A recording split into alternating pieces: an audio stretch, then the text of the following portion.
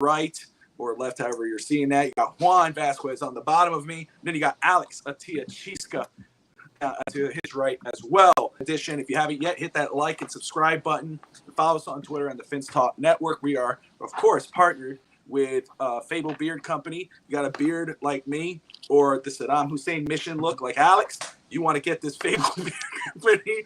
You're going to try this out. Check out the link below. Use the code if you want to get 15% off. They got great oils, shampoos. If you got fuzz like Harrison, he shaved before the show. Still shaving now. Yeah, he's still shaving now. So, but yeah, check that out. It's awesome. They're awesome products. But let's get right into it. There's so much to talk about, guys. At Harrison Juan, Alex, about the Miami Heat. It's never boring for the Heat because either everybody wants to join the Heat, everybody wants to link people to the Heat, or the Heat's always trying to improve. And there was nothing boring about this week. Of course, you still got the Mitchell talks. People putting pictures, swapping jerseys or whatever. So that's obviously going to continue. But first, let's start off with what Bill Simmons has said, or what he brought up on the Bill Simmons podcast with discussing the Miami Heat, the Kyrie Irving situation in Brooklyn. He threw out a suggestion of a Miami Heat Kyrie Irving pairing, saying, how about Kyle Lowry and Duncan Robinson for Kyrie and Joe Harris?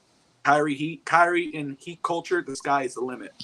Now, the reports is that it doesn't look guaranteed that Kyrie will be back in Brooklyn. It looks like that the GM, Sean Marks, threw a little bit of shade at Kyrie, talking about we're looking for guys that want to be a part of something bigger than themselves, want to play team basketball, and can be available. With other reports suggesting that the Nets are unwilling to offer a max contract for Kyrie or in a long-term deal, the all-star point guard could be available. To me, a disgruntled star is like blood in the water for a shark, and Pat Riley being the shark. So, Harrison, I'm going to start with you and then Juan and Alex. Harrison, should the Heat entertain the idea of acquiring a star like Kyrie? In my opinion, yeah, when he's on the floor, he's special. But when is he ever on the floor? So I'm kind of iffy about it. I'll follow up on that. But you go ahead and you start us off, and we'll get to Juan. Yeah, so the thing with Kyrie is obviously he's one of the best point guards in the league. He can, we struggled putting the ball in the basket this playoffs, and he can do that. But what are you going to give up for a guy who's never on the court? I think since he played in Boston, he's been struggling, hasn't been playing basketball, missing food, hasn't been eating because of Ramadan, switches religion, earth is flat. What are you going to give up for him? So and Joe Harris isn't very, attractive to me either. It's another guy that offenses look for to single him out on the defensive end. Is he a better shooter than Duncan Robinson and Tyler Hero? Maybe. Who knows? I wouldn't go after someone like Kyrie. No, unless you're giving up very little for him. And I might ask them to give me a draft pick in compensation and taking him off their hands. I'd go and I'd trade for another guy who's never on the court, but at least when he's on the court, he's a top 5 player. And that's I think we talked before the show about this, Anthony Davis. I'd go and I'd trade for a guy like Anthony Davis, and I'd send them some draft picks. I'd send them Kyle Lowry, Duncan Robinson, Tyler Hero, and Omier, and a draft pick, and I'll bring in Anthony Davis and Horton Tucker. Okay. I love Anthony Davis. I'm not arguing against that and to me, again, he's not on the court because he's hurt. But Kyrie's not on the court because I don't think his head's in basketball. So I'm definitely, if you're going to give me one or the other, I would take Anthony Davis because to me, he's still, when he's on the court, he's one of the top 5 players in the NBA. Juan, what do you think about the Kyrie situation? And do you have any response in regards to an Anthony Davis type of trade? Yeah, so when it comes to Kyrie Irving on paper, most of us would say in a heartbeat you would want him in a Miami Heat jersey. But, looking at his history, like Harrison said, there's just a lot of question marks. Pat Riley runs a really, really tight ship. And, we talked about it last show, how LeBron couldn't really deal with that. And when it comes to Kyrie Irving, what happens when the workouts become they're asking too much of him, or asking too much for a professional athlete, or when the weigh-ins they become a problem. Kyrie thinks that that's abusing the athlete or something like that, and it just creates unnecessary commotion in the locker room. I think he's one of the most skilled players to ever play the game, but when it comes to Miami Heat basketball, I just don't think he fits the puzzle that we're trying to build. Harrison, I know you said Anthony Davis, but I would actually really disagree with that. I don't know if you guys saw the clip that's been floating around this week, and it's pretty much like Anthony Davis is there, and he's like, "Yeah, I haven't touched a basketball since like April 5th," and I'm just like, "Damn, what date is it today?" Today, so that's 2 months and 10 days of not touching basketball, and I'm like, "Dude, come on, like." You need to get back in shape. And I know Harrison, when he's on the court, he can be a really top tier talent. But after the 2020 championship, we were putting him in the top 5 discussion. And after having a really down season, it comes to the fact that Davis falls in the same Joel Embiid conversation when they're uber talented, but they're just not built to last a whole season. And with the way Miami plays, it's really physical. And you really need guys that can really like take on that wear and tear over time, over 82 games going into the playoffs. It's because we saw going deeper and on these deep runs in the playoffs, a lot of our guys either get injured or phase out of the game. Harrison, you have any response to that? Oh yeah, he's wrong. It's Alex's turn, but he's wrong. You give Anthony Davis time to relax during the regular season. We're gonna make the playoffs regardless. Playoffs come around, he's a top 5 player who's going to put how long has it been since you touched a basketball? He's in the NBA. He just finished playing, doesn't want to play. It's 2 months. Who cares? Let him. You don't know what Juan did. He's going to play basketball right before I was the playing show. basketball this weekend, but You're talking trash. Talking the ball right now. I'm talking the ball right now. yo, yeah, I'll pull up right now. But anyway, What's up? Hey, we're gonna play. We're playing to go right 100. now. We're playing to 100 in front of Alex's old house. Yo, I'll be on my team and I'll just say, Bobby, just pass me the ball and I'll go to work. You gave me Alex. You took Bobby as a teammate. You gave me Alex. They had to separate us on teams. We were too good. We win. Hey, Off the ball, all I need is Bobby to give me the ball in space and it's game over. that's it. Look, Bobby you gets guys enough for it. space. Yeah, I think Harrison, you brought up a good point. Like trying to conserve Davis for the playoffs, but with a team with an aging Jimmy Butler, wouldn't the goal this offseason be to find a player so we can rest Jimmy during the regular season so he can be fresh for the playoffs? Like, what would you guys prefer? What do you say? Isn't that kind of what Jimmy does? I mean, he really, he played. I think if I look at the numbers, I had it here last week, and I can see Jimmy in regards to the star of the, next set of Bio. Actually, Adebayo had less. Adebayo only played 56 games last year, and then Butler had 57. They're really conserved for the season. And the one thing I'll say about the Heat, which that's a good point for Harrison, is that Miami is built to win basketball games because of the depth. That's something Alex would say. And when you have a star like Davis, you don't need him to start every game of the season. You play 50 games of the season, conserve him for the playoffs. Then you have a healthy Anthony Davis in the playoffs with a healthy Jimmy Butler. That might be a tough team to beat. Now it's what you give up for him is going to matter. If you're talking Duncan, Tyler, and whoever, that's, okay. But if you keep it Bam, that's a different story because then, look, that's a different team. Yeah. So I'm not against it. I think it's great points by Juan. But, again, the Heat kind of, if you look at our star players, even Lowry played them 63 games. I mean, the Heat are built for that. So I think I'm okay with it. Actually, I would put, to me, if you told me either Kyrie or Anthony Davis, I'm going Anthony Davis. I'll let Alex chime in, obviously, because it's his take next. But you are able to, in my trade package, you're able to keep Bam and put him to the 4 where he belongs, and maybe keep him at the 5, depending on what Anthony Davis. No, Davis doesn't want to play the 5. Bam would have to be the 5, and then you have 2 players. Remember, Jimmy tweaked that ankle. Like he ended up playing through it, and like it didn't bother him again. But Jimmy's it's 2 players now that are one. They always tweak their ankle. Davis is always the ankle, and with Jimmy, he's always twisting that ankle. So, and Jimmy fights through it like he's a warrior, and then he ends up recovering super well. But with Davis, it's not the same thing. Like this guy goes out and And I'm like, Jimmy, what is he now? 32 years old. I mean, he's much more durable and looks and is much more well put together to take on the physical game that Davis is, I think, 28 years old. I mean, he's supposed to be in his prime. He's 20. He's 29. Yeah, he's 29. And Like right now, getting younger. It should be. It's the back end of his prime, but you're still supposed to be like Superman and fight through everything. I mean, if we're looking at the Lakers, this was supposed to be Anthony Davis' team now, and LeBron had to step up now at 37, 38 years old. But let's go see what AJ has to say now. What was the question? Well, okay, Kyrie Irving. How, do you think Kyrie can fit in the culture? Or whatever?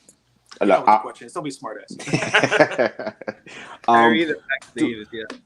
Is there a team? Well, realistically, when you said about Anthony Davis, I'm not even going to entertain it because it's not going to happen. The Lakers aren't going to trade Anthony Davis right now, so I'm not even going to go into those hypotheticals. But Juan made a good point when it comes to injury prone, and I was the first one. I GM of the Lakers.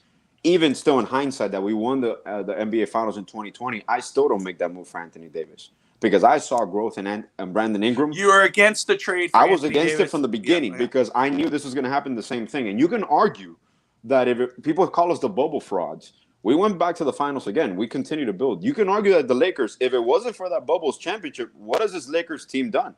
They haven't been able to build a consistency around LeBron James and around Anthony Davis to maximize the years that they have. They've really wasted LeBron's prime. That's 5 years now, I believe. LeBron's in the Lakers for 4 years already? 3 or 4 years?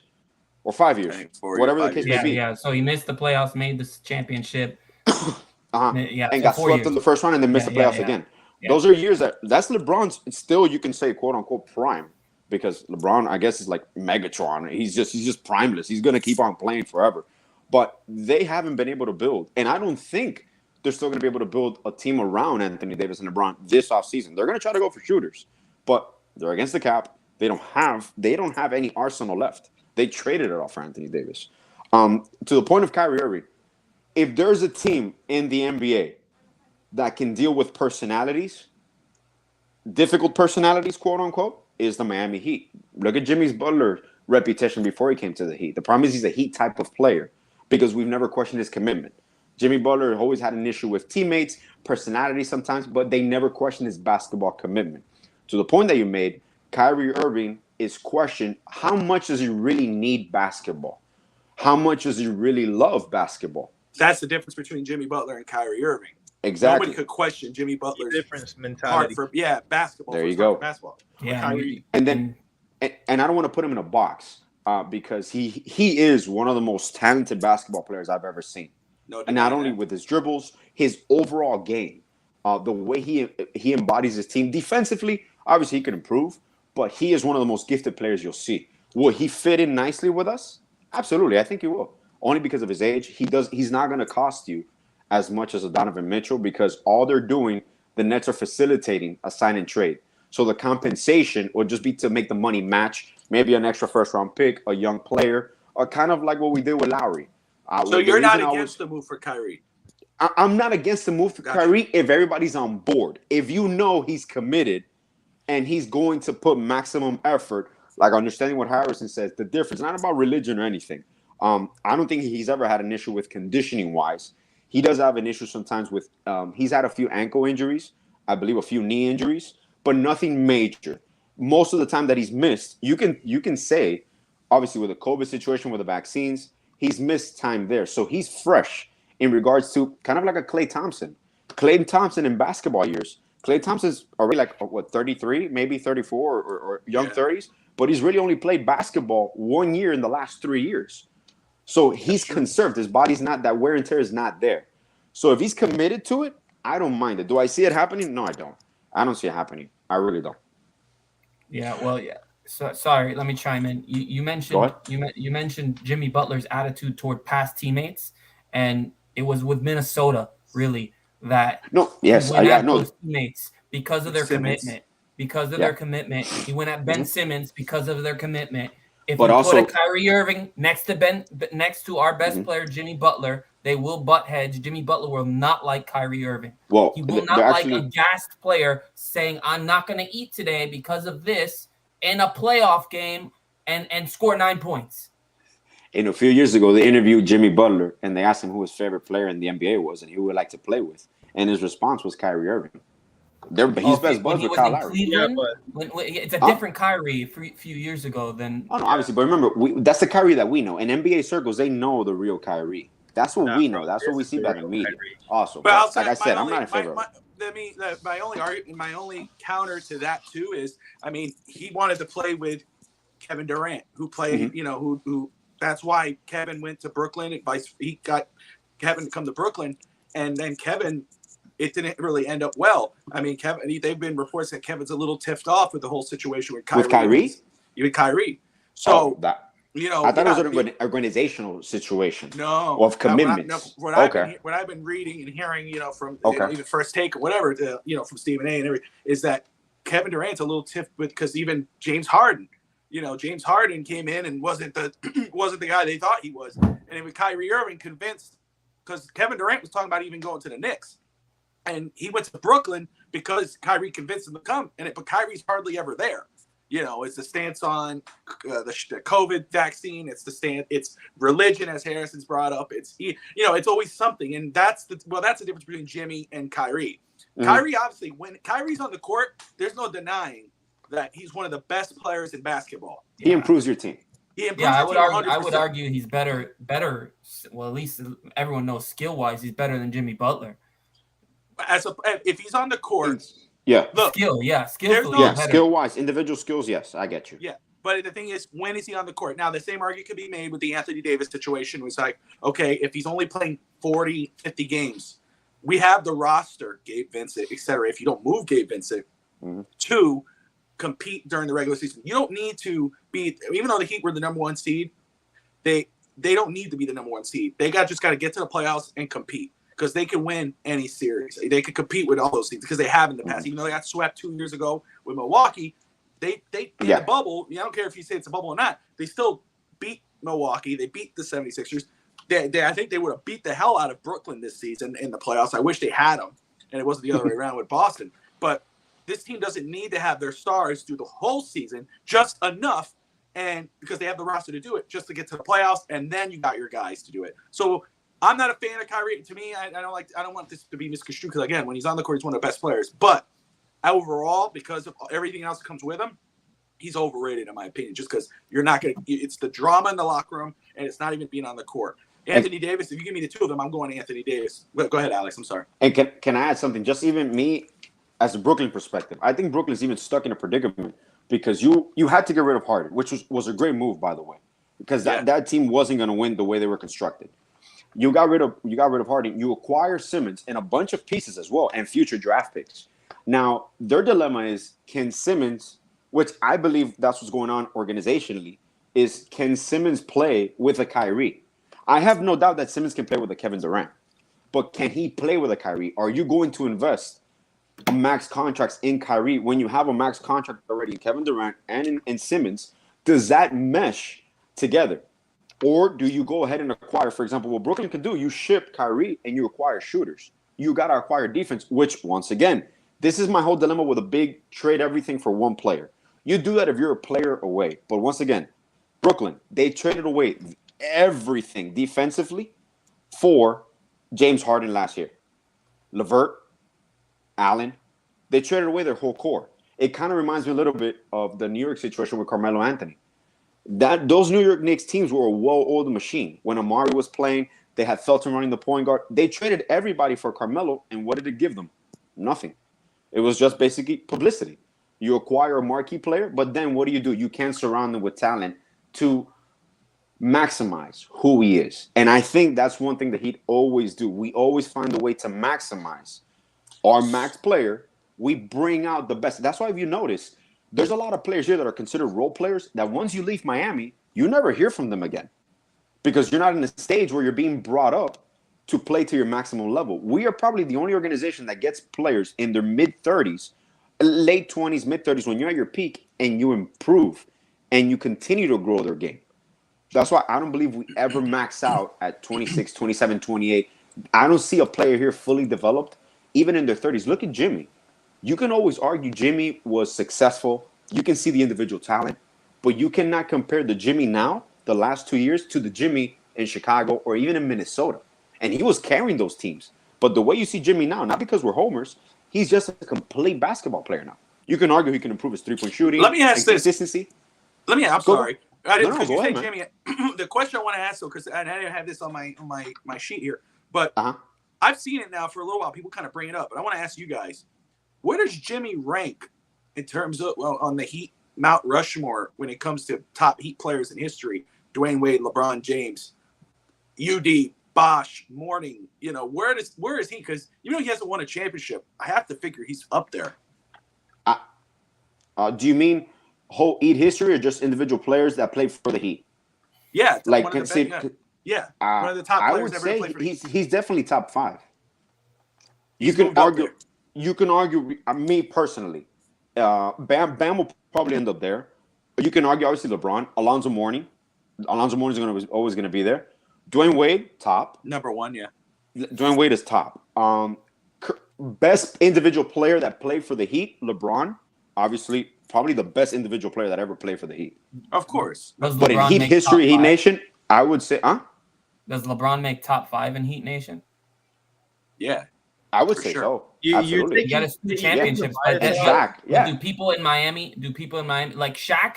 I feel like people in Miami look at Shaq as like a Heat person. Like he came, the bus, he was fun.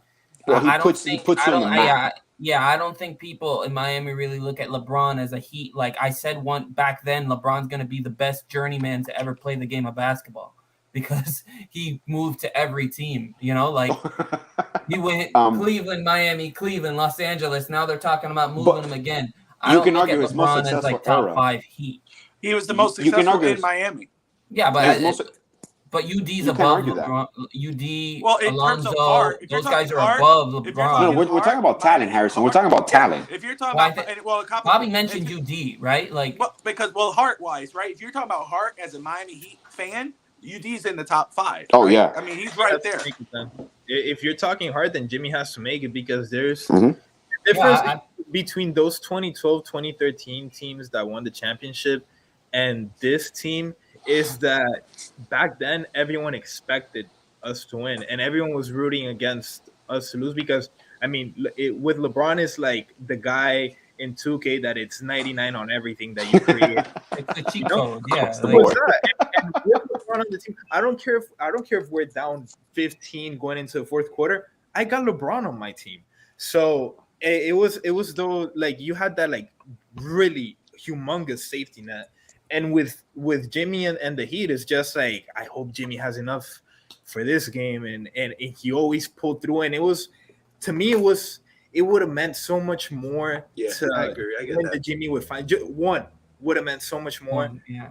I agree. I get that point. Because to me, 2006 was the best championship. And you're telling me like Jimmy makes that shot, he's there right now. He's not. I agree with you. You can't because when it comes D Wade, he was a killer like at his prime, and number 2 to him, it has to be Jimmy Butler because as talented as LeBron is, he doesn't have that mentality. Like it's very rare. It's very rare, and that's why sometimes in the playoffs they compare Jimmy to Michael Jordan with these performances because a lot of times these players don't have it in them, but it's a mentality and it brings historic performances out of them. Go ahead, Alex. What I'm gonna tell you, Juan, and I liked what you just said right there because that is the reason I tie Wade and Butler. Wade, even coming out of high school, he only had one college offer. Butler was a late first-round pick. With LeBron, he had God-given natural talents at a very young age. Wade and Butler kind of took the route of working yourself into who you are. Obviously, Wade was able to do it much sooner, got drafted in the lottery, and he became a star. I wasn't even thinking about that the other day. When was the last player that led his team to a championship at 24, 25 in his third year in the league? Very rare. If the last one I remember is Dwayne Wade. But Butler and Wade are together in that they had to fight to be who they are. They had to fight to gain the respect of others. Wade much earlier and Butler now. Obviously, the stigma maybe of the personality issues with other people, which are not the desire, but he fits us just like a ring. He fits us perfectly. But now Butler has the recognition of the whole league, and you know who he is. And like you said, he has something that you cannot teach. You have the desire, the will to win. And even people question it. I don't even if when Butler gets that first one, I don't think he's going to be complacent. He's going to keep pushing for more. Absolutely. And keep pushing for more. So that's a plus. And to Bobby, to finish that up, the top three, Hart and Miami Heat, I would say Wade, Alonzo, and Butler when it comes to Hart. Okay. With the will to win. Because Udonis is Hart, but he embodies everything of us Miami. He's our city. Well, and no, I think he goes in there, right? I mean, and it's because and I'm talking about heart of the fans, right? Because if you talk about players of all time, you could say Jimmy, Dwayne, LeBron, Bosh, Shaq, whatever. But in terms of heart of the Heat fan, I mean, obviously UD goes up there, just longevity. Well, but also you can say UD number one, honestly. Hearts of the fans, you could probably say UD number one. I get that. Harrison, Harrison, before we move on, do you have any follow-ups? Yeah, your original thing was heart of the thing. So I would say, Wade, Udonis, Zoe, and then you could probably put Jimmy up there because like he said, Jimmy Butler's runs these playoffs, the like seeing him fight through it, to me are just so much more impressive than what we did with LeBron and Wade for those 4 straight final appearances. And mentality is different. I feel like Jimmy had that open shot where that run up, and if he makes it, I don't agree with the sentiment that around the league, if he went to overtime, he was going to be too tired. I don't think the guy has a gas tank. I think he breaks it, gets a second win, and you're not beating Jimmy Butler in overtime. No, to me, he's a better player in the playoffs than he is during the regular season. He's a superstar. And that's legit. On purpose. Yeah, no, and that's my point. So, and the other thing I was saying, Juan brought a good point between the difference between Jimmy and LeBron. LeBron didn't find that Mamba mentality, if you want to use it that way. He didn't find it until he was on the Heat. And you brought that up a couple weeks back, Juan, and even last week, on the show, is that, when it was running you that Boston game, you were hoping Jimmy would have that type of LeBron Boston game. That's the only time, that's the time when he found it. I've never seen him do it anywhere else. I mean, he could do it naturally because that's how great of a player he is. Obviously, one of the top of all time, number 2, whatever. But the only time I've seen him come out be a killer was that Boston series and that famous meme and all that, So, and that was with Miami. The best version of him was in Miami. Go ahead, Alex. Just real quick, Juan. I don't remember. Did you watch the 2011 finals, right, against the Mavericks? I faintly remember it because I remember after LeBron started burning out, like a lot of my family just like checked out, and then I checked out. But then we're back next year. Hey, that 2011 finals, I've never in my life have I seen a dominant player become obsolete. Yeah. And they basically took him out with JJ Barea, and that was all mental.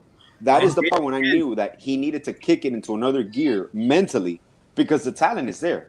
But mentally, he couldn't overcome a 6-foot guard covering him in the post.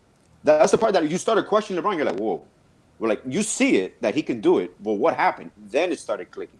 And after that, he's changed forever. And that was a scar that's a scar he's never going to get rid of because to this day, people haunt him for saying, he's not a killer. And that's the thing. Like, you see it time and time again. And a lot with these NBA guys. Like, look at Jason Tatum. Going into the fourth quarter, he's having a good game. He has the Kobe armband. He has the Kobe shoes. He has the Kobe socks. He texted Kobe before the game. Jesus. It's a little too much already, man. Yeah, so I'm like, all right. So there's players that come in and are about it, and then there's the ones that talk about it. Yep. And you have, I think John Morant is a great talent, but, he loses and then, he goes with his tail between his legs going back to the locker room and then posts on Instagram and Michael Jordan. That's youth. He'll get that. That's why I was telling Memphis needs a veteran leadership. That would change. Don't worry. Yeah. And in today's NBA, you see a lot of that because there's just all these players that make it to the league, they grew up and they went through high school, through college, and you're the man. And nobody questions you. Nobody questions anything you do. You have the greenest of all lights. And you come here and it's a player-dominated league. So the GM can tell you anything if you're good. The coaches can't tell you anything. And that's why you have players like Kyrie.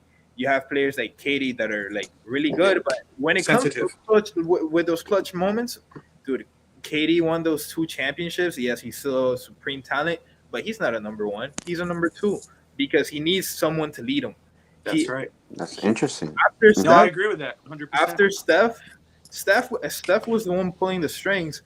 Yeah, KD's always been the shooter. He's the sharpshooter, but he needs someone to let him know like this is what needs to be done and kind of pull the strings for him, because he doesn't have that.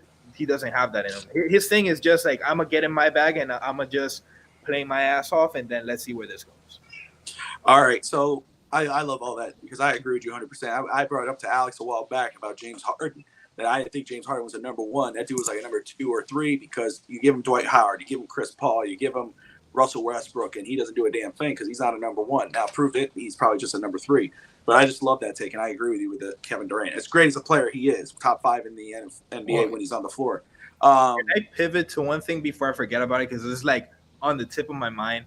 We've talked about all these players, but we haven't talked about the one player that, you know, he's not in free agency, but he could be in free agency. And we have a player that needs to maximize the end of their prime years. And there's another player that wants to maximize the end of their prime years. And they said they could do it here. So I don't know if you guys have heard about that. Well, we were going to move on, but go ahead, fill us in, and let's react. So LeBron James, he went on his podcast, the Barbershop Talk. I have it here. That was the next topic. Go ahead. All right. And you know, he's talking about teams that are ready to go. And you see a lot of the slander of the media that the Heat weren't built for anything this year. But ball players know real ball, man. And LeBron recognizes that Golden State and Miami are both one piece away. And I think Golden State is ready. As they are, Jordan Poole took a tremendous leap that I would have wished to see out of Tyler Hero. But that's something that was really good to see. But yeah, with LeBron possibly coming back to Miami, I think it puts Miami in the best shape to go for a ring. And not only that, I think if LeBron were to come to Miami, yes, he will be the prime scorer, but I think he will be the number 2 option to Jimmy Butler, just because Jimmy Butler is the designated leader, and LeBron would nod his head to that. Let me just say, first off, because that was the next topic, and I'm glad you brought that up. You and I were on sync on that. But I see a comment here. Hey, Ralph, everyone, Phoebe, I see you. Phoebe, I'll just have to say, the guy in that Miami background, it's the filter. He don't look that good. He can't even grow a full mustache. Don't worry about that. Anyway, so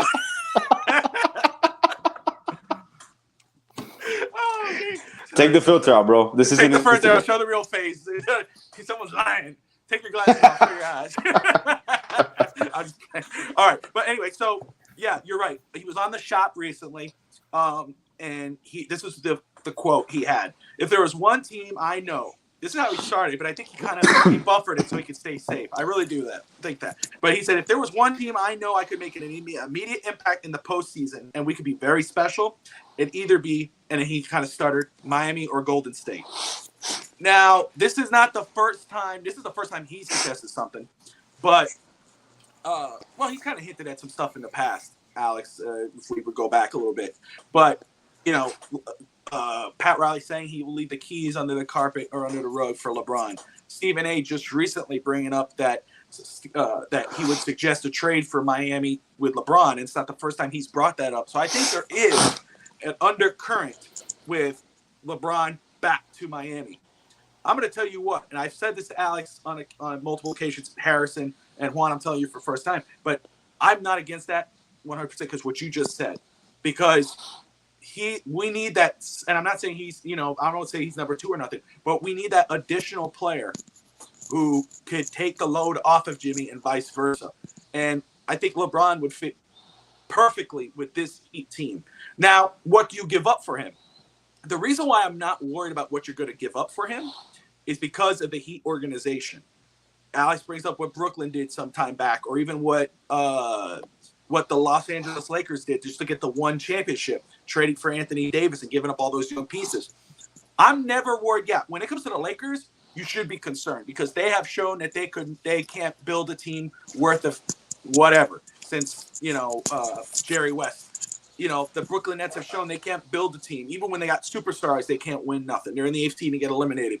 Miami has shown, even when they didn't have much cap space. They did signing trades for LeBron, Chris Bosh, and brought back Dwayne Wade.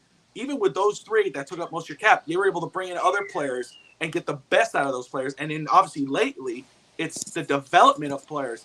You talk about an Omer. You talk about obviously Tyler Hero, but Duncan Robinson out of nowhere, Gabe Vincent out of nowhere. You got these guys that other teams, they would be bench players, not even role players. But when they're in Miami, they're actually contributors.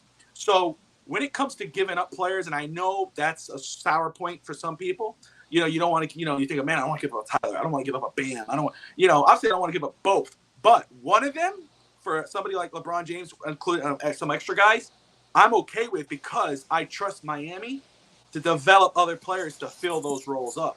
Because as Alex brings up Omer last week, where was Omer before that? Where was Duncan before that? So there's other guys out there that Miami can get the best out of. Strus, they can get the best out of them that could fill those roles. So, Juan, go ahead and respond to that, and then we'll go to Harrison and then Alex. Yeah, I mean, look, Bam 1 for 1 for LeBron, send it in. Bam and Hero 2 for 1, send it in. Bam, Hero, and Duncan 3 for 1, send it in.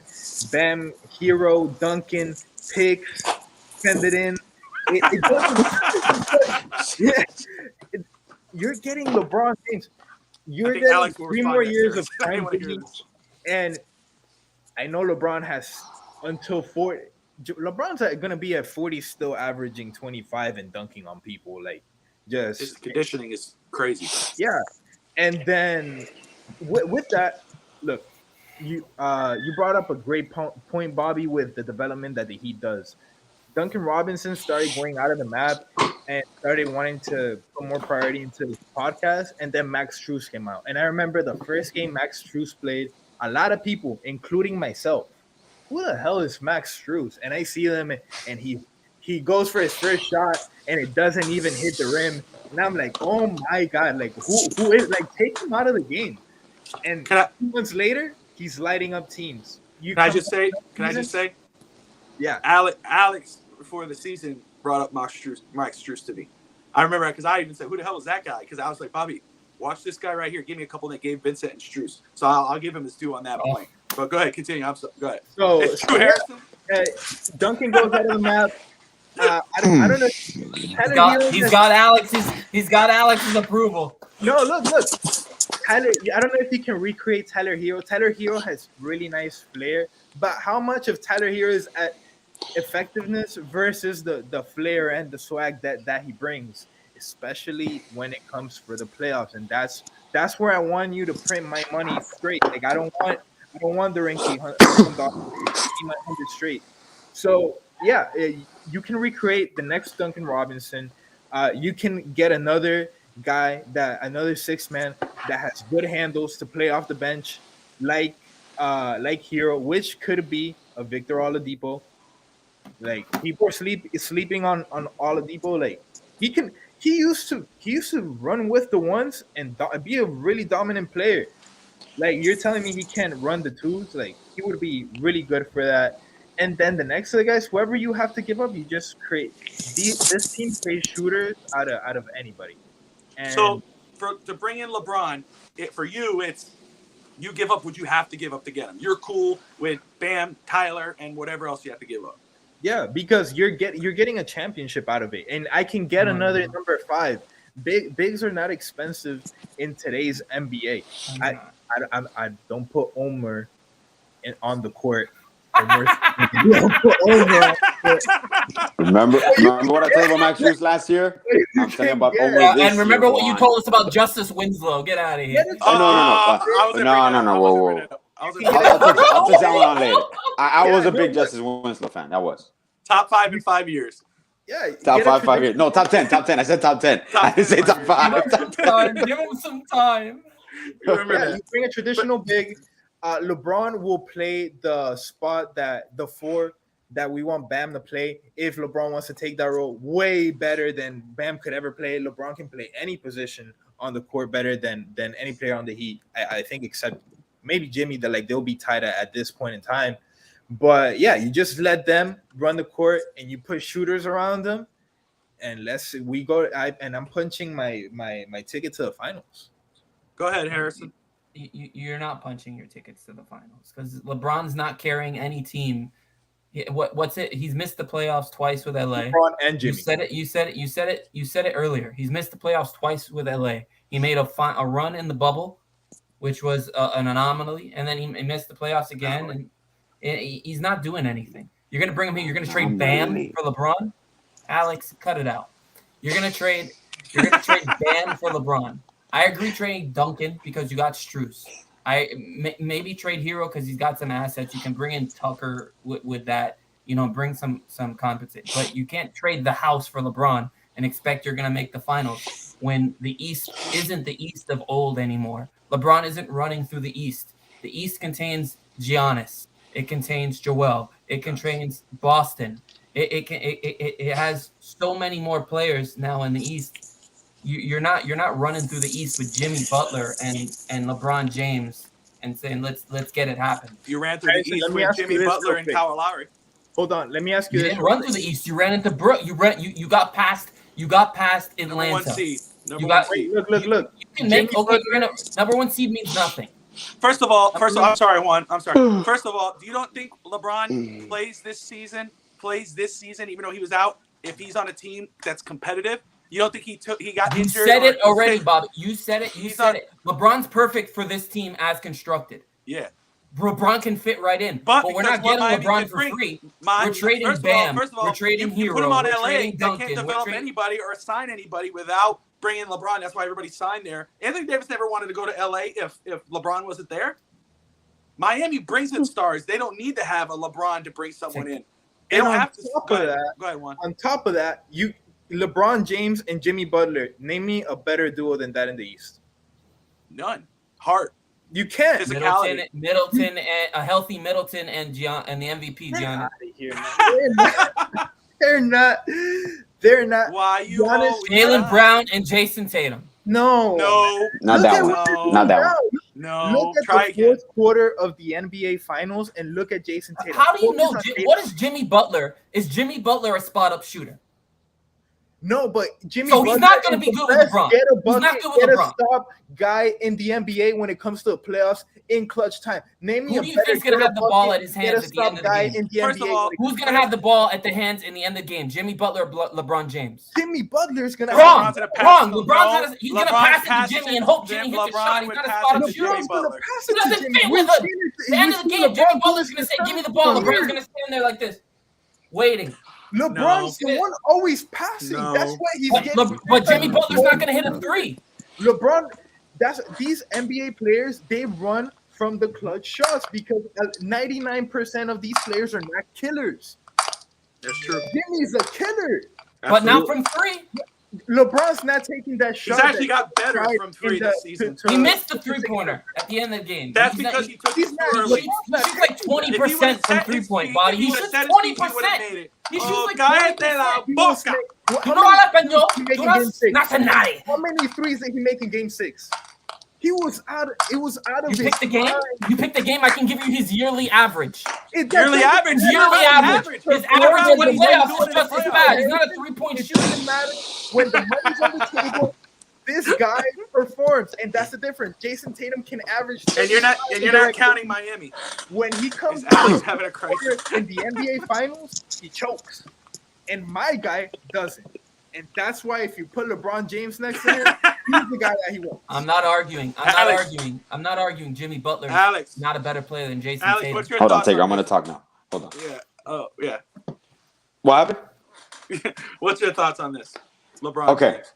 Well, first of all, in fairness, it wasn't the barbershop setup. They asked him, out of the teams that are still left in the playoffs, where can you make the biggest impact? So that's in fairness. He didn't start this conversation. It was asked. Absolutely, he was asked. Yes, he said the fits, and it's true. He said the two perfect teams that he fits right in. Which is true. Because Golden State and Miami. The way they're set up, the way I envisioned, this was the plan when LeBron signed here.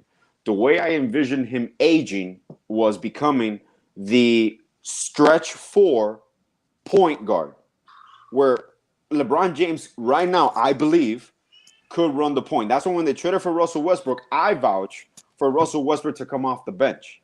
Yes. Why? Because they are two similar players where they're ball dominant, they create for others, or they attack, but you can't have both of them at the same time, which could be problematic with a Jimmy Butler. I don't see that happening. I don't see LeBron coming or us trading for him. First of all, I will monitor LeBron is his next contract. If he doesn't sign an extension now, he's just waiting for Bronny James. He's waiting for his son. So that's happening either way. LeBron could get a max contract. Again, he could sign for whatever he wants. LeBron doesn't need the money.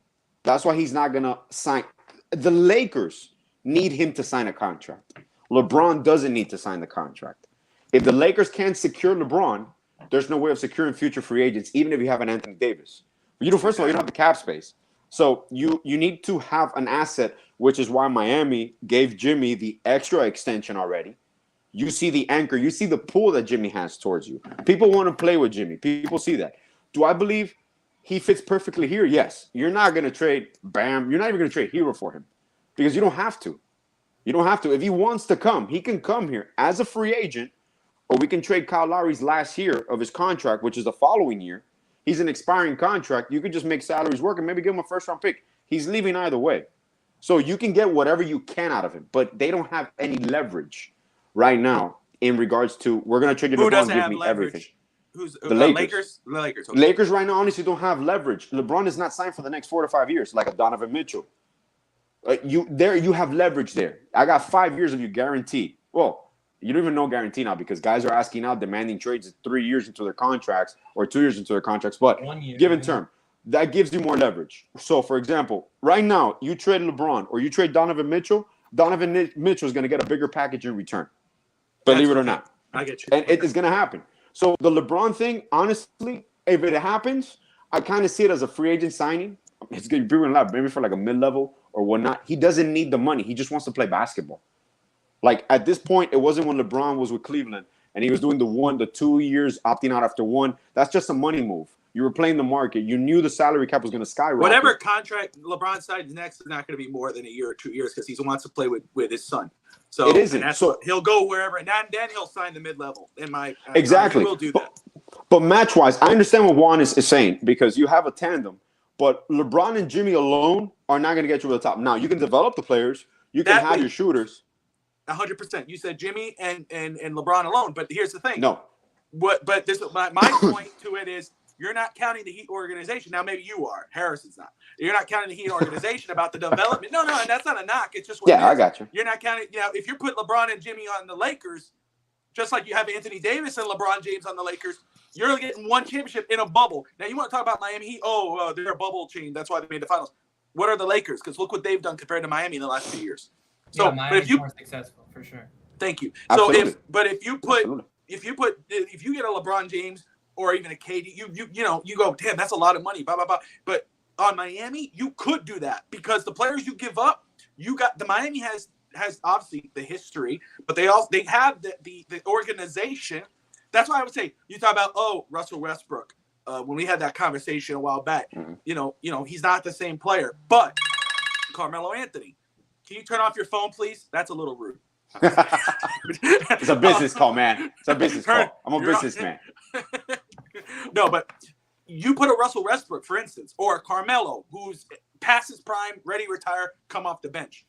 I still advocate for going after a Carmelo or a Russell Westbrook. Why? Because in Miami, you're going to get the best version of them, whatever they are, whatever's left of them, you're going to get it here because of what Miami's system is, the development. So Miami has that. They could go after somebody like, and I'm just saying the name because we talked about it. They could get somebody who you never heard of, an Omir, and turn him into a viable role player or coming off the bench with those guys. That's what I know LeBron has said. It wasn't just here. He has talked about Miami in the past where he has said, look at the way they build things. That's where I learned to win. That's where I learned to grow as a player. And look how they continue to do it. Go ahead, Alex.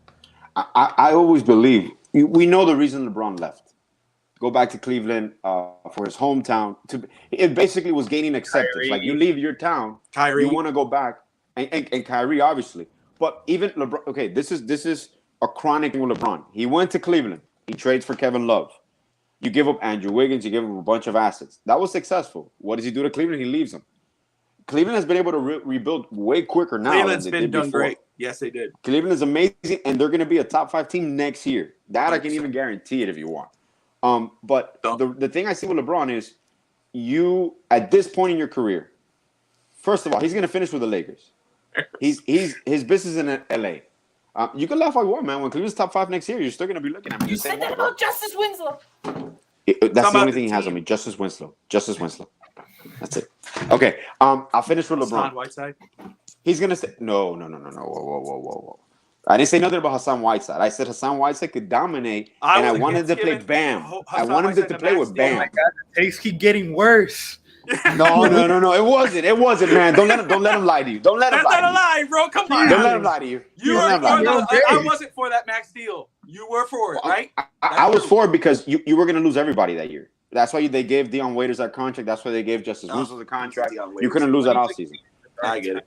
Right. But that's hindsight. Brett Wright, go Sixers. Get out of here. Give us LeBron, dude. LeBron ain't leaving LA right now. That's his life over there. Most of his company, his production company, his life there. Once his kids graduate high school, and he has his daughter too. So he most likely will finish his career with the Lakers. I don't see him finishing his career with the Lakers. I just don't. I see him either going back to Cleveland or going to his son's team. That's what I really do see happening with him. Go ahead, Juan. Let me ask you guys this. So with the conversation we're having, and I brought up the argument that we can recreate these role players again. One, how many role players would we need? Because 1-2 guys that can hit shots.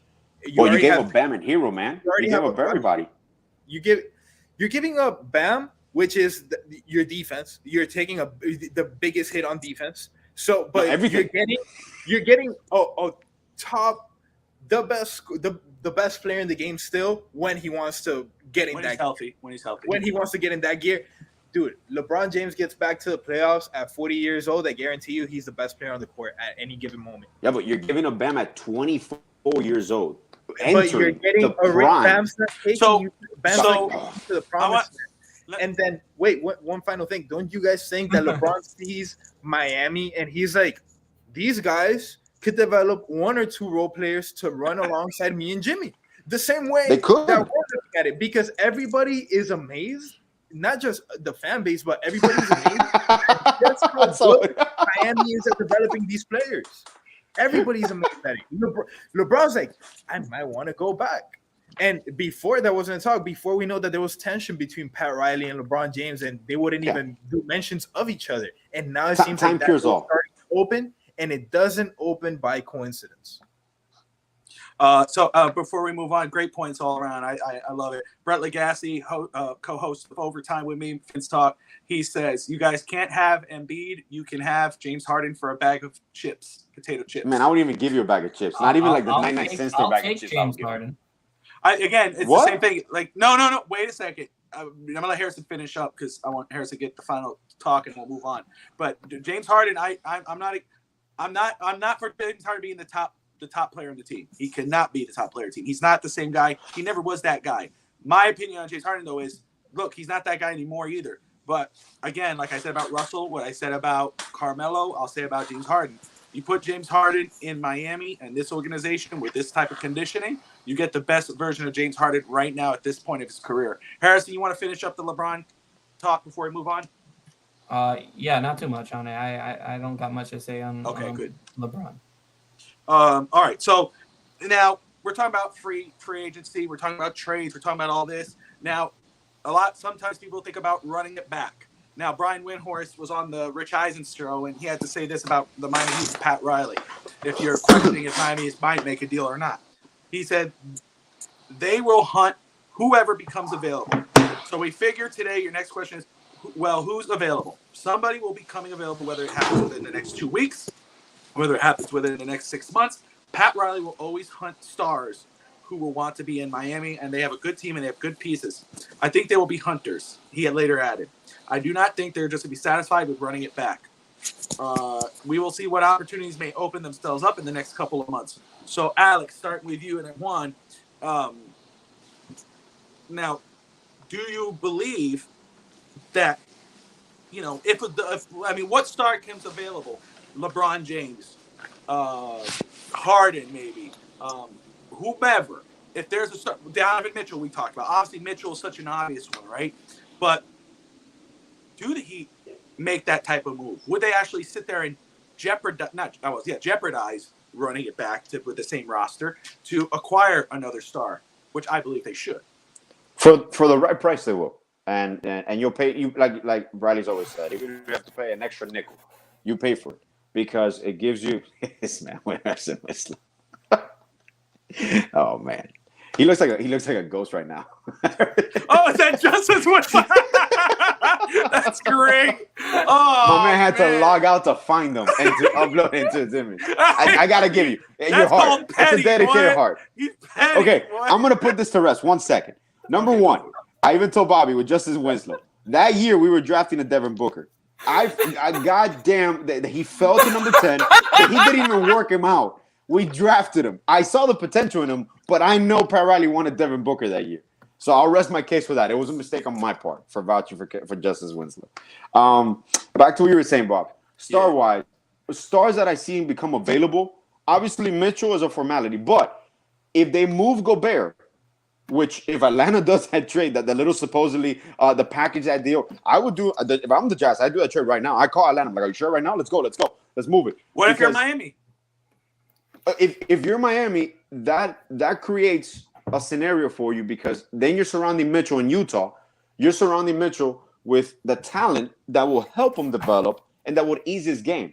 You move Gobert. So that becomes a question. Is the Mitchell situation personnel-wise or is the Mitchell situation a personal situation with the city, with the organization that he no longer wants to play there?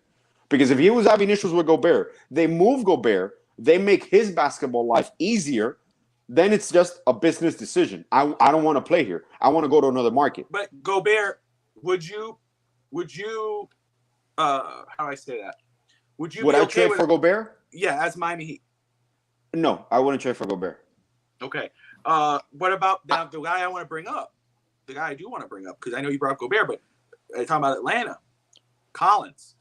I'm down with Collins, man. I think he'd fit perfectly with this squad next to Bam. I don't think you have to give up too much. You might have to give up Hero, maybe.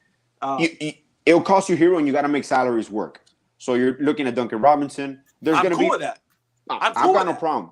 I got no problem with John Collins. I really do. But Gobert, not only because of his, I believe he'll be successful. Defensively, will be much better. Believe it or not, because you give Ram now the ability to roam everywhere, and he's Bam a menace. At the four. It's a menace, and also that will expedite Bam's development because he's forced to be out. It creates more spaces. Against the idea of Gobert. The only thing with Gobert is making the salaries work. Gobert's at $38 million or 40. I even think it's 41 average. I don't know. So now you got to make that work. And unfortunately, not because I don't want to give up pieces, is that you have to give up so much just to make it work that you're not gonna recreate a Hero. You're not gonna recreate a Bam. You're not gonna recreate all these people. You're gonna recreate. That's what Vincent. I like Vincent, but I'm under the understanding that he could be gone. Max Strus, I love Max Strus. He could be gone. Next year, we're secured. They're secured on minimal deals, minimum contracts, and they're going to be rotational pieces. When I said that thing about Omer, do I believe Omer can start? Yes. Will he start? Maybe not, but Omer will be part of the rotation. If he's on the team, Omer will be part of the rotation, and he's going to take Dedmon's spot. And you got 15, 20 minutes of Omer. He's a double-double machine if you give him the time. Rotation. That's not a start. Rotation. A guaranteed rotational piece. Do I believe he can start if you go and acquire like a Donovan Mitchell? I'm not talking about acquiring a Gobert or a Collins. If you acquire another wing player, can Omer slide into that starting lineup? I believe he can, and you'll be effective too. What made you think that? What makes you think that? Knowing basketball and seeing him play basketball? And can you bundle that? He doesn't play basketball. He's on the bench. Can you bundle that with this, AJ? DNP. What big is Omer beating? What starting big is Omer outplaying in the NBA? Outplaying? Or like you mean out muscling, out rebounding? Outplaying as a number 5, yes. as a big. Who is Omer outplaying as a starting big in the NBA? I don't think he's outplaying anybody. I think he'll play at least half the centers out there. I think the better question for that, if I was to say, is just who can he take over the role if it's him and Dedmon? Is he better than Dedmon now? But I would say this. I'm sorry, Alex. Just to add to counter that, not that point that we're saying is that it's not about outplaying. It's about how to balance the team. It's what he does for the other guys on the court and as what well. Creates. Yeah. Exactly. So, but exactly. the Juan's point I would say to ask that, Alex, is, I mean, if you look at the roster, like Harris said, DMP, he did throw that out there, but it's a good point too, because there's a reason why it's a DMP or he's not even a rotation piece. Now, where was Duncan 5 years ago? DMP. But the times that Omer did start, he did show some promise. So I'll throw that out there. But go ahead, Juan. Finish up what you were saying very quick.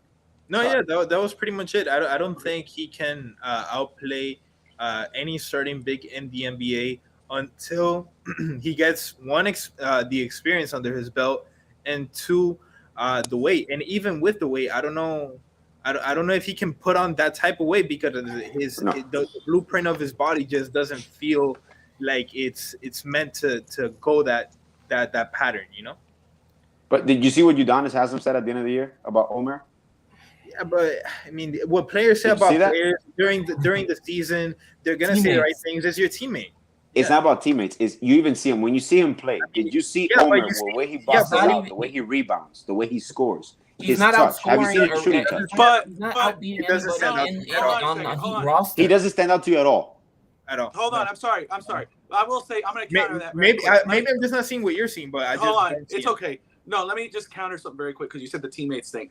I don't think UD has to say anything about anybody, no matter who they are. I mean, I would expect him to say something like about Jimmy, who's the star of the team and the best player. But if it's a bench player like an Omer, why would he even utter his name if he didn't really mean what he was saying? So that's my only counter to that. And I'm with you guys more than I'm with Alex in regards of Omer, Alex, and that's just fair, being. But I don't think Udonis Haslam's just going to say that to make Omer feel better, because Omer may not be his teammate next season. Because supposedly he's not even a bench. He's a bench player. He's talking up a tradable asset.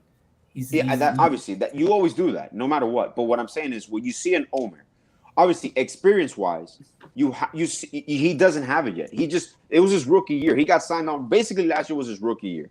Those are things that you gain experience. Even with centers, developmental centers like that, he has a shooting touch. So he's not your typical offensively. He's not always going to be on the block. He's going to spread the floor too if you give him the freedom, which is what I always said, even with Precious last year.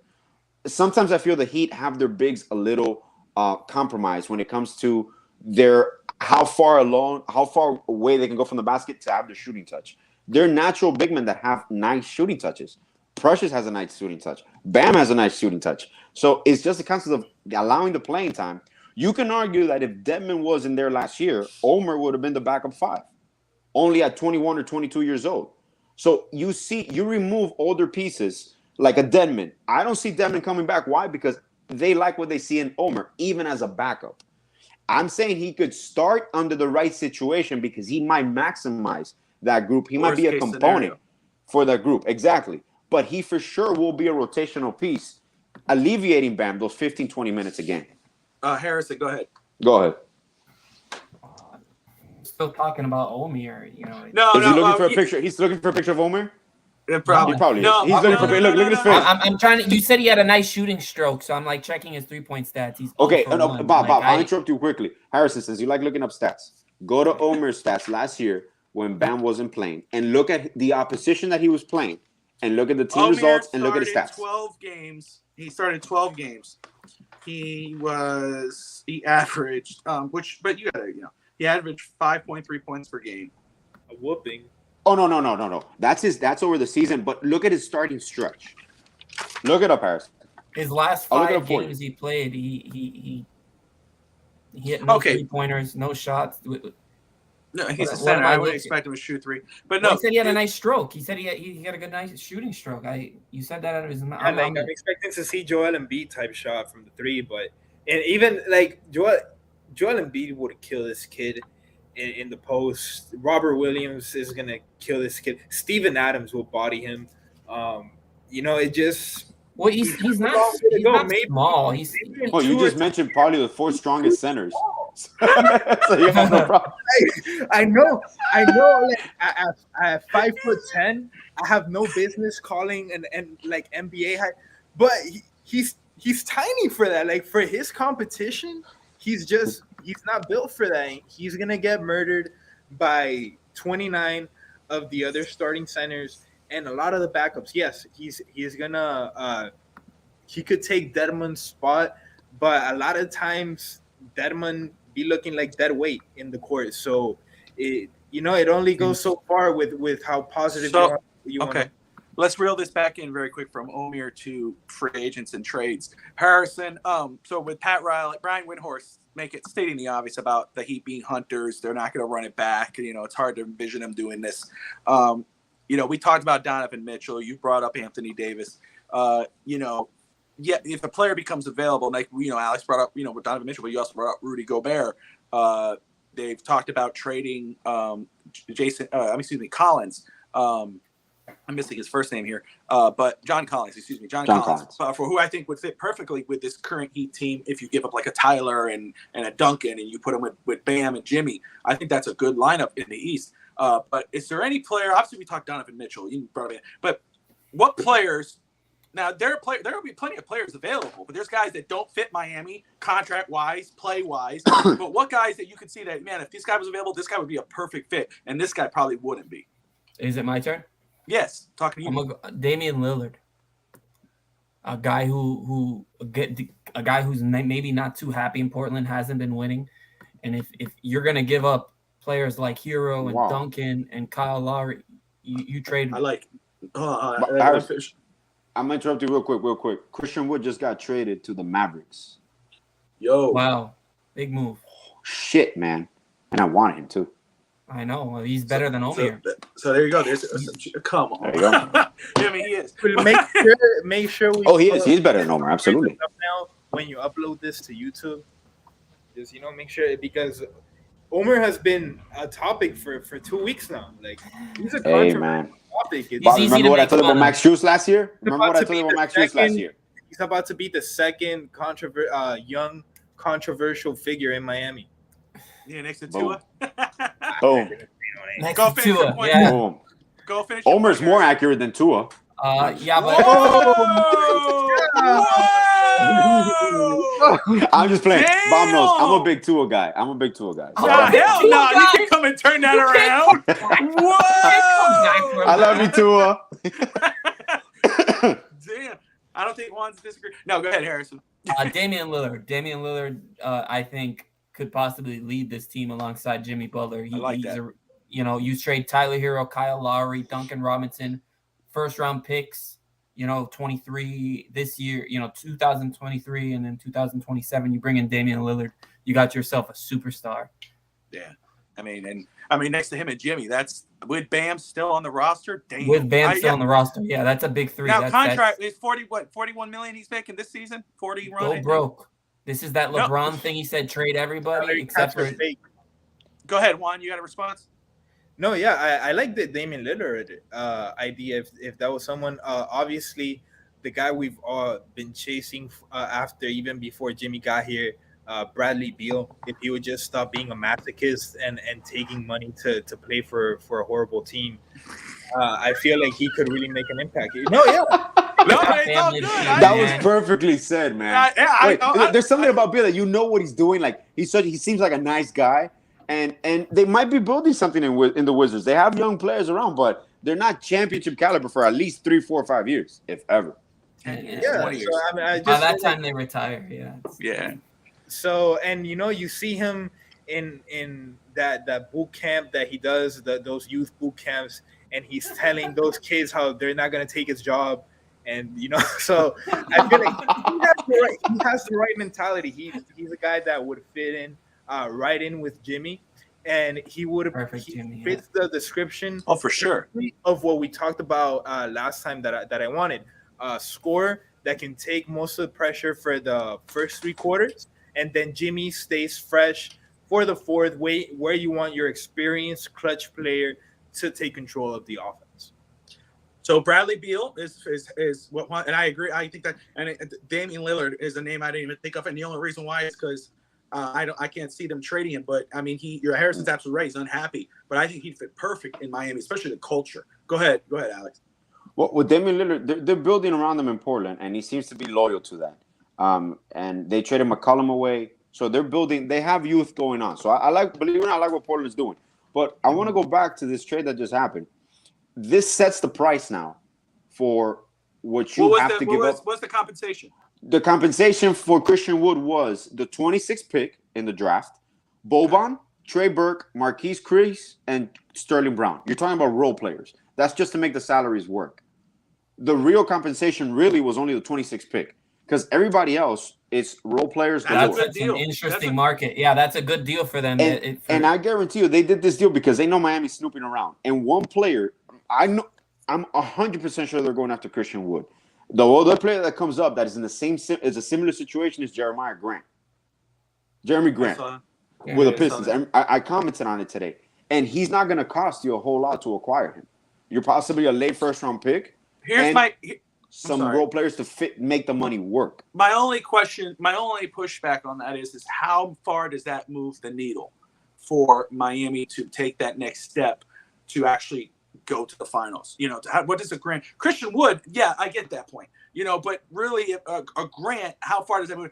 I think Collins moves the needle. Obviously, Lillard, and Bradley Beal. But those type of moves, it's very specific, because a player like Grant, it's to fit the mold.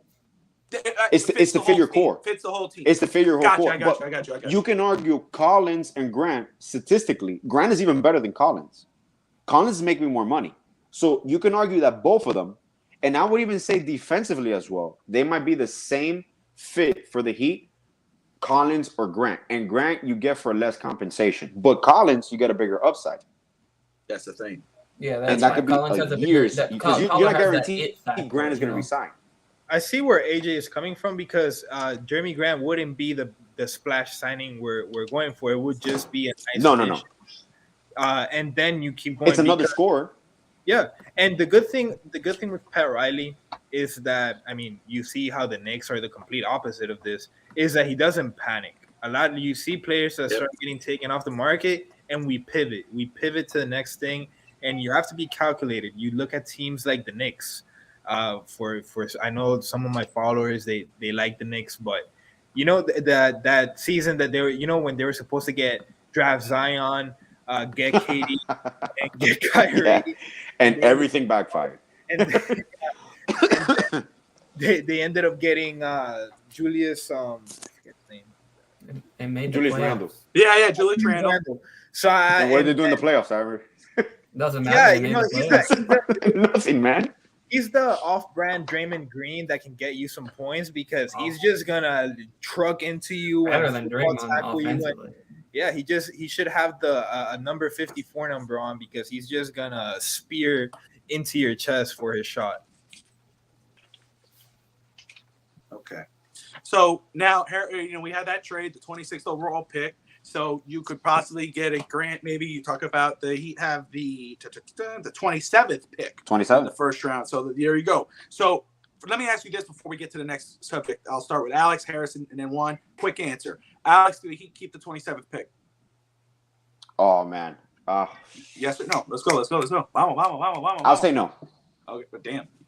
Harrison. Yes. One. F them picks. And I'll tell you why. I like they could buy. That fits so well with us as a group. I mean, loves it. I love him, man. I love him. And I'll tell you why. Neil too. We miss Neil, man. Neil's cool.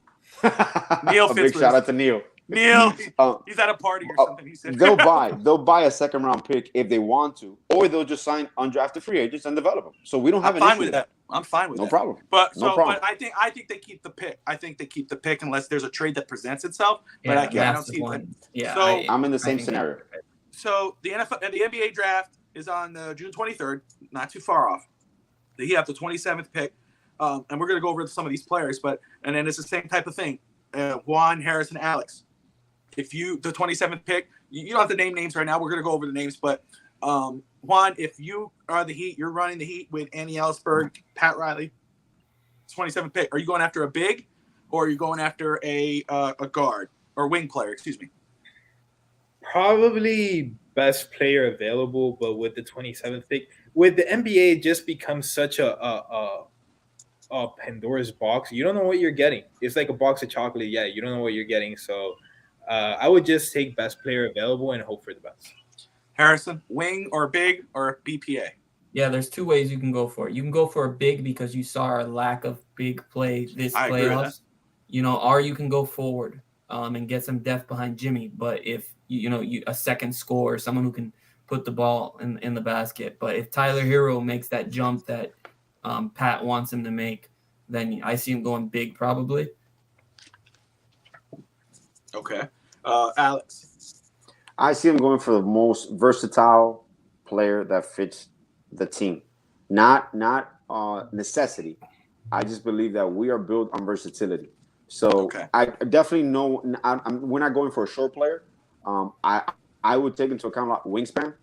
Defensively, this team likes people that have big wingspans, can move quickly. So you're looking at a lot of lateral quickness, definitely scoring. So I would say versatility is the number one option and upside as well.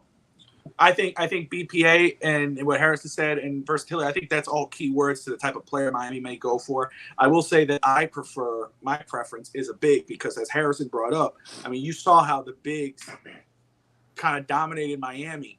Where Miami had that issue during the playoffs. I told you this, Alex, on plenty of occasions, especially during this playoff run, that Miami is missing a physical big, and I would like them to go out. That's why Rudy Gobert, of course, the salary doesn't work, but Rudy Gobert, that's a sexy move in my opinion. If you could get someone like that defensively, I mean, Hassan Whiteside now would be perfect for this Heat team off the bench. I mean, don't count him out. He could possibly sign as a backup.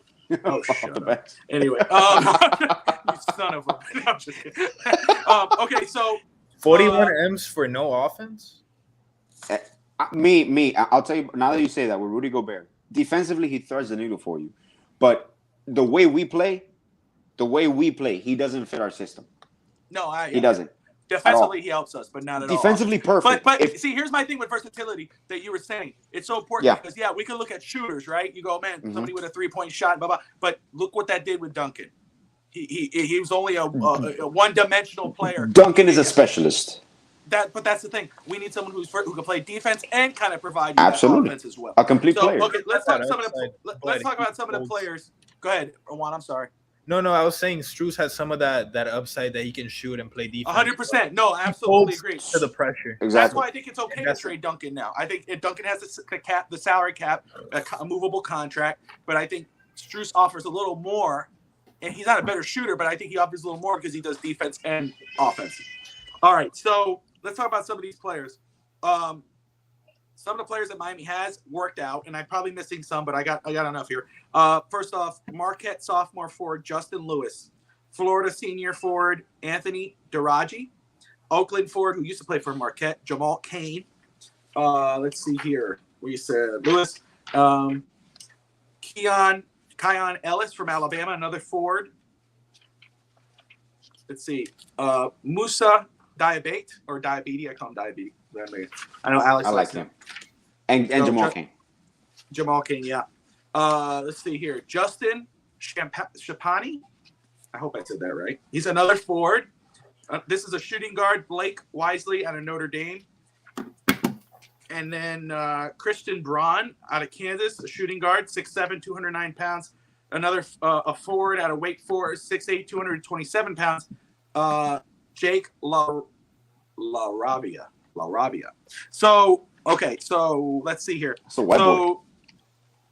Jesus. Lewis was named the Big East Most Improved Player in the 21-22 season. He's a solid scorer coming off a season in which he averaged about 17 points a game, 8 rebounds, 2 assists, and was shooting 44% from the field while averaging also 35% from beyond the arc. Versatile scorer. Is Harrison sleeping? No, he's there. He's probably researching the players. And then, of course, Kane is another one. So I like Justin Lewis is somebody who stands out to me just because he plays for Marquette. Let me see here. Is there any players that you guys know of or any guys we didn't mention, but these are guys that have worked out for Miami that stands out to you, Juan? For me, when I look at draft picks in the NBA, to be honest, the first 5, I would say, if we're comparing it to like NFL standards, the first 5 will be your first round, and then when you're down to the 27th pick, you're pretty much getting 4th round talent. If you want to put it into perspective, at least in my opinion. Okay. I think you're much better off.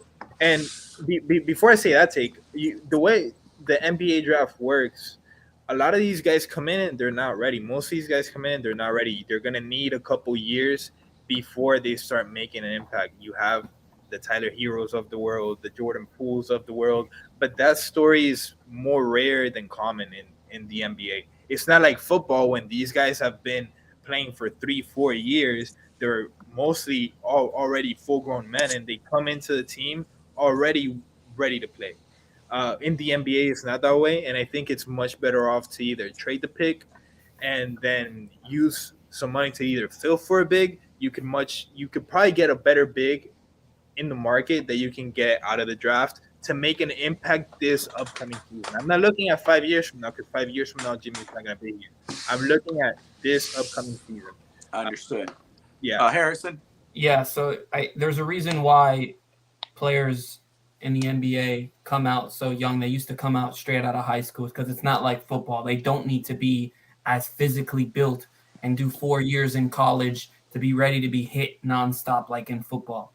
You know, you got guys in ready to come out of high school and are forced to do it and go to college for a year before they can come out. They don't need 4 years of college basketball to get their body right. You know, so it's not like the NFL in terms of the draft. Some of the best players in the NBA of all time have been second round picks, you know, late first round picks. And when you're talking about a team like Miami, the draft matters. Look where we drafted Bam. Look where we drafted Tyler. Look, you know, these are guys that are important to us. And then we have undrafted free agents, obviously. So you can say the draft doesn't matter in that perspective. So the top 5 picks aren't that sexy.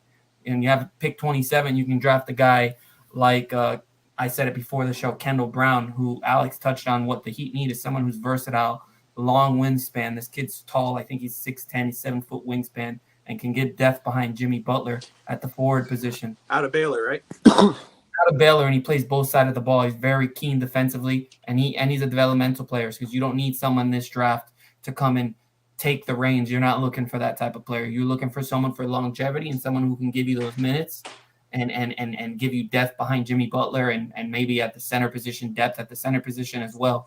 So the draft is pretty important, I think, this year, unless you're going to trade that pick. Understand. For a big player like a Gobert, like a Zach LaVine even. Yeah. Let me just to clarify. I'm not saying that first round that picks overall are worthless. I know that like a lot of, I mean, Jokic, he was the MVP and he was drafted in the second round. But I'm saying as far as immediate impact, you're much better off going into the market than the draft, in my opinion. Yes, you're gonna have the Tyler Heroes that are going to come in and have an impact year one, or the Jordan. Sometimes you're going to have the Jordan Poole story. Jordan Poole now is an exceptional player, but he wasn't this 1-2 years ago when he first got drafted. So it's looking at that talent over time. I think it's a really good option, but in the short term, I think we have more upside in the market. But go ahead, Alex.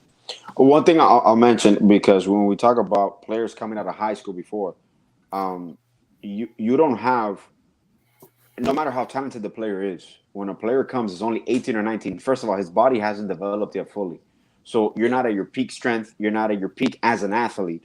So you're going to be successful, but very rarely have you seen a 19 or 20-year-old have success in the playoffs, make it to the finals, win the finals. That's not the case. You need years to develop. You need to work not only on your craft, but on your strength overall, your body. You need to fully develop physically and mentally.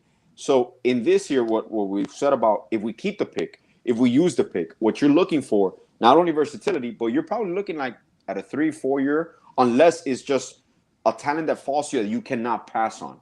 You know, if a 19 or 20-year-old that is not fully developed yet, he falls to your lap, like you mentioned, you can take him even if it was like a second-round pick or an undrafted. It's a late first-round pick, so it's not going to cost you a lot of money. It is a guaranteed salary that until you sign him, you could move them. But if something falls in your lap that you can see what the potential is, you take him. If not, what you're going to focus on is probably, that's why I love Jamal Cain so much. He's versatile. He's 23 years old. He's played 5 years because he was a redshirt freshman. So he has the experience already. His body is already developed beyond the years of the 19 or 20. So you can draft a player like that and put him right in the rotation, and he fits perfectly fine. So if we do keep the pick, I see them picking a player with experience that has been tested and taking us maybe a piece taking you over the top if we keep the pick. Let me ask you, Alex, because you brought up Kane, but you've also brought up on Twitter, you've been tweeting about him, but we just mentioned him a little bit here. I have his things here. Is I believe Musa Diabate. I could be butchering his last name, but talk about him a little bit. Well, he's raw potential right now because he's very skinny, he's very lanky. But you're talking about, I believe his wingspan, I don't know the exact measurements, but I believe his wingspan is like 7'10" or like 7'8". I just imagine him and he's supposed, like I said, I haven't seen video of him. I've seen just his body and I've seen him some skill work, but I haven't seen highlights of him or anything. But I could just imagine him next to Bam in the floor, defensively and offensively. That must be chaotic. But this is if a talent falls to you. But he will likely go in the second round or be undrafted. So that's why I said Miami, if they see something they like, they can buy a pick. Or just wait and sign him. Just like a ball situation? Who? Like a ball situation? Remember a couple years back? Denver. Oh. Thank you, Alex. Harrison. Yeah. It's like that where it's talent-wise, do you think, there's upside there and, Well, if Bol was drafted or brought into Miami, Bol would be playing and he'd be successul. Yes. Right? Like you're talking about, that's why the draft is so important, is that Denver is so much better. It's a different level. Miami's up here, Denver's down here. We can develop players way better than Denver can. And you got Jokic, but whatever. But if look at the years it took Jokic. Look at the years it took Jokic to reach his potential. A while. And some players it happens. It's gonna take a while. And when you're looking at this championship run, you're looking at what, 2-3. I'm looking at 1-2 years, maybe. Yeah, but you're at pick 27. You're not looking for someone to win you a championship. Miami has that longevity. We're a franchise that's gonna continue to win and compete. So when we draft a player now, he's going to be good for us 5 years down the road while we're still competing. Because Jimmy's going to be gone, but Bam will still be there. We'll still have other players that we brought in, and he'll now, God forbid, this guy works out, but the center, Omier, might be good 5 years from now. So, bro, even in this draft, the top three picks, being Holmgren, Smith, or Banchero, they're still developing. Yeah. They're not going to carry a franchise. Right now, it's impossible. There's nobody in this draft. I don't think that's the number. You can't clarify a number one pick. There's nobody in this draft, right? Yeah, because you and with the NBA, it's usually like that. Like besides Zion, it's not like the NFL where it's there's nobody who's that guy. Zion was the last one who was a definite, dude, that you would go, man, that's the guy's going number one. But other than that, this draft doesn't have that. So there's guys that are going to be later in the draft as well that you could take that can end up being contributors early in their NBA career. I like what I'll tell you this draft is going to be the surprise. This is going to be the trickle-down effect because this draft is just based on who gets picked. Now you have the domino effect and franchises will start recalibrating like, wait a second, he fell to us, I'm going to go for him. So you're going to see a lot of that in this draft. Yeah. Go ahead, Juan. No, I like what AJ said of bringing in the 23-year-old. I forgot his name, but you mentioned them. And Jamal Cain. Bringing in an experienced player that has probably had some type of tournament experience before, been in the tournament, been in an elimination games, whether on the winning side or losing side of it. And all of that, like, I know basketball and football are not comparable, but when it comes to experience, I think that's really important. Being part of either a championship run team or a team that has aspirations for it, makes a run, and you see both sides of it, the good side of winning and the bad side of losing. There's experiences that come from that. And during these playoffs, I forgot which player it was and for what team, but I need to find them. But it was a player that he did 3-4 years, and they were highlighting him here in the playoffs. I think he played for the Mavericks, and he was going through Jalen Brunson. he was going through the motions well, and the commentators kept saying he had this experience in college, so he's not gonna fold under the pressure. Like he's been in these moments. Great point. To a smaller level, but you're still in the biggest crowds, national TV, elimination games. The moment is there, and that's why I prefer experienced players over projects, even though sometimes projects can have higher upside. Doing this podcast, talking about the Heat and the Dolphins, you guys know that I'm always thinking short term, win now, always within I'm with you on that. 2-3 years span ahead. I don't really focus on the 5-10 year because a lot can happen during that time. So much things change in 5 years. So yeah. You should. I'm going to wrap it up because we are running here. But I would just say that's the arguments for years. I mean, me and Harrison have arguments just for S and giggles. But Alex and I, because Alex be like, Bobby, trust me, 5 years, bro. That free agency class. I'm like, dude, I want to win right now. I ain't worried about 5 years. So that argument's been happening for years now, Juan. And now that we're doing the Goon Squad, you're going to be a part of this and dealing with the same crap that I got to deal with. Yeah, but Miami stays consistent because they're worried about the 5 years. Miami stays consistent because they're worried about the 5 years. Miami isn't dropping down to the 30th pick in the draft, whatever it is. You're competitive. You're competitive, and right now you can still, which is insane. You can still compete all out. You can still go for a championship, and you still have the bridge team that you go from one core. All you transition is to another core, maybe a year or two. But you're back again in the championship. And it gives us so much firing power. Okay, like you look at Miami's roster and you see all these tradable assets. These are guys we drafted and continue to build. And they're like, yeah, here you go. We can trade and bring in another. You develop an asset. They just farm these guys and they're like, oh, you want this real hard time? Here you go. And it's because we're worried about that. And once we trade them, they depreciate in value. Hey, have you noticed that? that? There we go. Yeah. They're not as good. Miss Fins is on the comments here. She's joined the show. If you guys haven't yet, check out her show. Go subscribe to that channel. Big friend to the show, but she says absolutely no. LaCry James can stay in LA. We don't want him in Miami. LaCry James. Yeah, LaCry James. Tell him. Yeah. So that's her comment, and again, I think LeBron James is LeBron James. And he's still that guy, and you put him in Miami. But that was a whole debate, Miss Fins. You got to watch in the earlier portion of the show. I mean, we were going off on that. And that's what's about the Goon Squad. This is what I love all my shows. You got the Fins Talk today on Saturdays with Mr. Hank Fish Tank. You got Overtime. That's Brett Legacy, Juan, Beal. Yeah, but and then you got the Goon Squad. You got Harrison. You got Alex. You got Juan. You got Neil. You got myself. And this is what it is. This is just like you do back home in the 305. We sit back in the back of patio. You talking about the Miami Heat. You got guys who are like, no, we need to win now. You got other guys who got to wait 10 years from now. If you're Alex, wait for that guy to become a free agent after his contract comes up.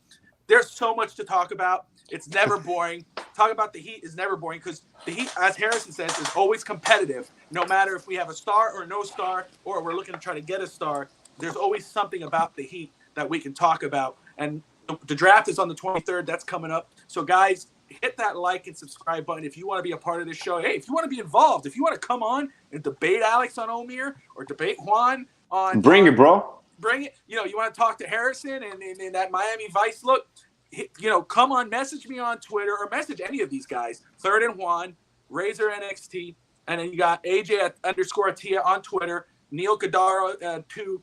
You can follow them and message them. Say, hey, I want to be a part of that show. I want to get on one episode. We want you on. We want you to debate. Everyone deserves a voice on any of our shows. Dolphins. If you think Omier is a more accurate passer than Tua, like Alex does, you want to debate him on that? Miss Fins, that's actually something Alex has said. Alex, put your hand up. Miss Fins, we know we are over here at Fins Talk. We're homers, but we're not like homers. But this guy said that Omier, you're 7. He's one of the centers for Miami. If you don't know who that is, he's somebody who plays for Miami. It was obviously a joke. He says that he is. There's been 2 episodes of this man banging on that. So he's more accurate than Tua. Alex, write down your little notepad so you can bring it up later in the season. I'm gonna write. Put on the poll, Bob. Put on the poll. Is Omer more accurate than Tua? Oh Jesus! You're gonna have so much hate.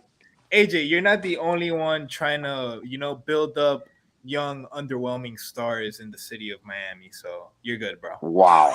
Oh man. Bada boom, bang. Oh, we're gonna leave it at that. Wow, my man. Let me just tell you guys, hit that like and subscribe button. Follow us on Twitter at the Fins Talk Network. We got the Goon Squad on Wednesdays at 8 p.m. Man, we run it hot.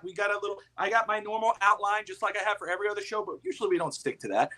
You come in here, take on Harrison, Juan, Alex, Neil, myself. Join us every week. Mondays, we got overtime. Saturdays, we got Fins Talk Today. We'll see you guys next week. As always, Heat Culture. We'll see you soon. Good night, everybody.